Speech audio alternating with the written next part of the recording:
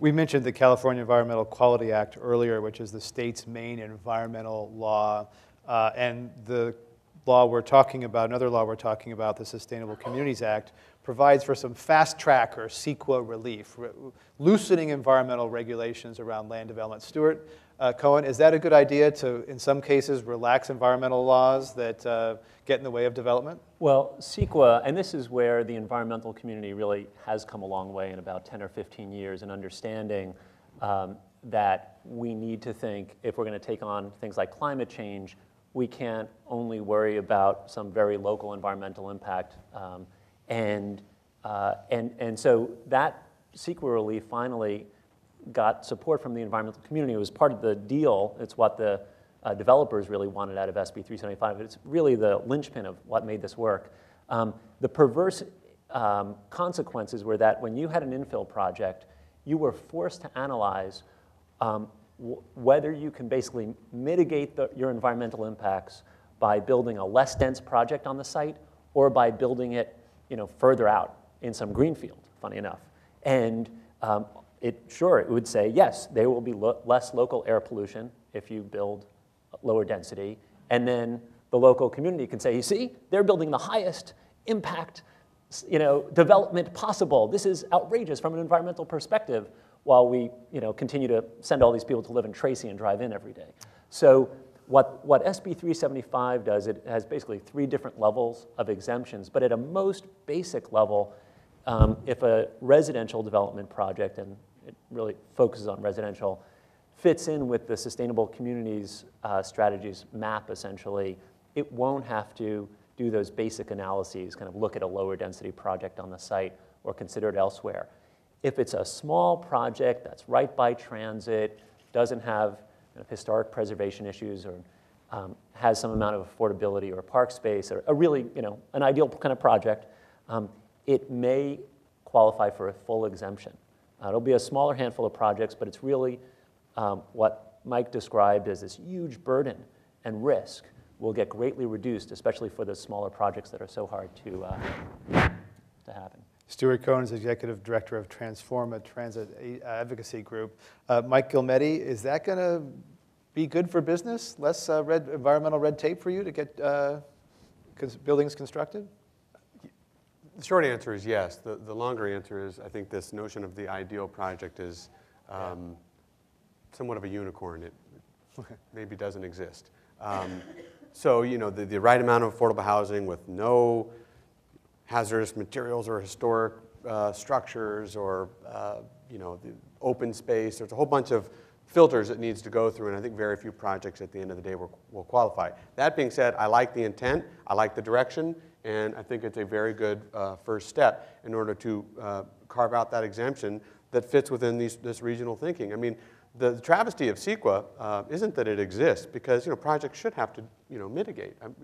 The old days, 50 years ago, no one's advocating going back to that. Where you could build anything anywhere. Right, you just go ahead and plop it down and it's all good.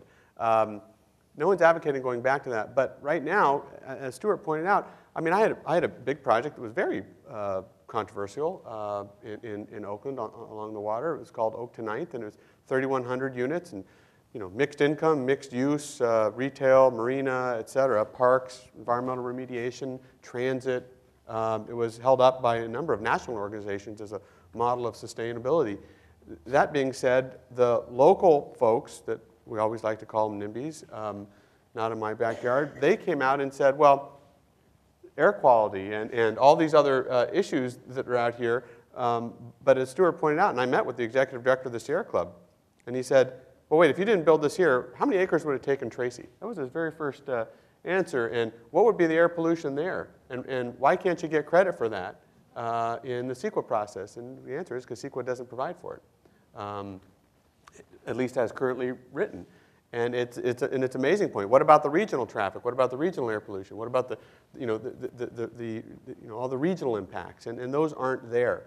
In fact, even with SCS right now, you still have all the agencies, of which Ezra runs one, ABAG, but there's the Air Quality District of the Bay Area, there's BCDC, and there's MTC.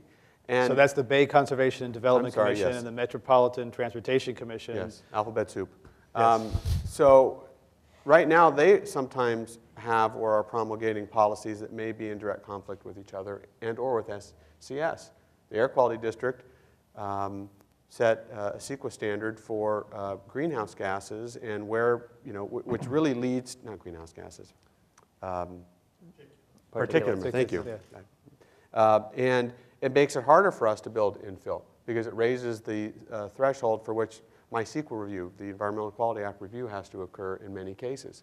So if I'm building a project in downtown, pick a city. I mean, Highway 101, 580, 880, most of our cities are built near freeways, but if you're within 1,000 feet of a freeway or other kind of producer of particulate matter, you have a higher threshold to subject your project to, and makes it easier for opponents to sue.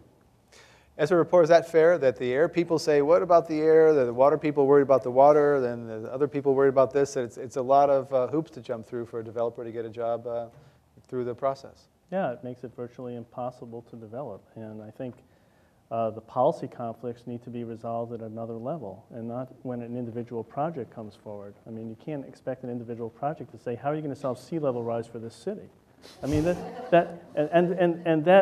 the type of issue that actually comes forward in a CEQA document, that where the government hasn't done its job of properly planning and resolving the conflicts that have to be undertaken, because everything's a trade-off. I mean, if you don't develop in the infill areas, the pressure is going to go somewhere else, and it's going to cause a big problem. Well, make the proper findings and immunize that project from that argument. And it's the same thing with regional traffic. Of course we want infill development and more transit.